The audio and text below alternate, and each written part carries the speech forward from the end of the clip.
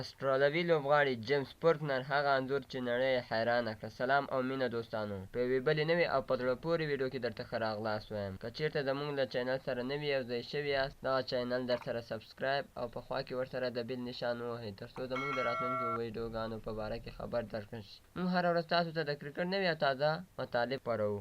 د استرالیا کرکټ ملي لوبډلې آلراونډر لوبغاړي جیمز پورکنر د خپلې همجنسبازۍ څخه وروسته له هغه نړۍ خبره کړې چې په خپل رسمي انسټاګرام کې یې د خپلې مور ترڅنګ د هلک ملګري تصویر خپور کړ. جیمز پورکنر په خپل انسټاګرام د دې تصویر سره لیکلي: یو ماښامنۍ د خپلې مور او هلک ملګري سره. پورکنر لیکي: راب جاب یې د 15 کلو ملګری دی او خوشحاله دی چې د ده سره د کلیزې په لمانځنه کې ګډون کوي. پورکنر دغه تصویر د ده د 29مې کلیزې د لمانځنې په مراسمو کې نشر کړی دی، سره له دې چې پورکنر له دې تصویر سره په واضح توګه راب جاب خپل هلک ملګری یاد کړی. وروسته له هغه چې استرالیا کرکټ بورډ خپله خوله خلاصه کړه، له پورکنر سره یې تماس ونیو. هغه وایي جاب یې د 15 کلو ملګری دی او د استرالیا کرکټ بورډ د چا په شخصي مسایلو کې شک نه لري. کله چې جیمز پورکنر د دې تصویر خپرېدو وروسته په نړیواله کچه سوشل میډیا او غټو رسنیو د دې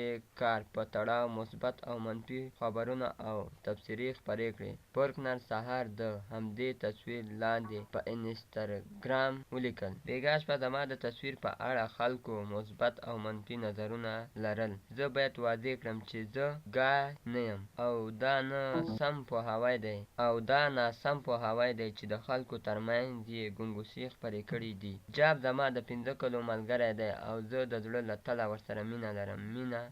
مینه ده. جیمز پورکنر د استرالیا کرکټ ملي لوبډلې سره له 2014 کال راوروسته یو بهترینه آلراونډر لوبغاړی دی چې په ښي لاس په منځنۍ برخه کې توپوهنه کوي او په چپ لاس باندې چټک توپ اچوونکی دی، خو په انګلستان کې د روان نړیوال جام 500 ورځیز کرکټ لپاره په لوبډله کې نه دی اخیستل شوی.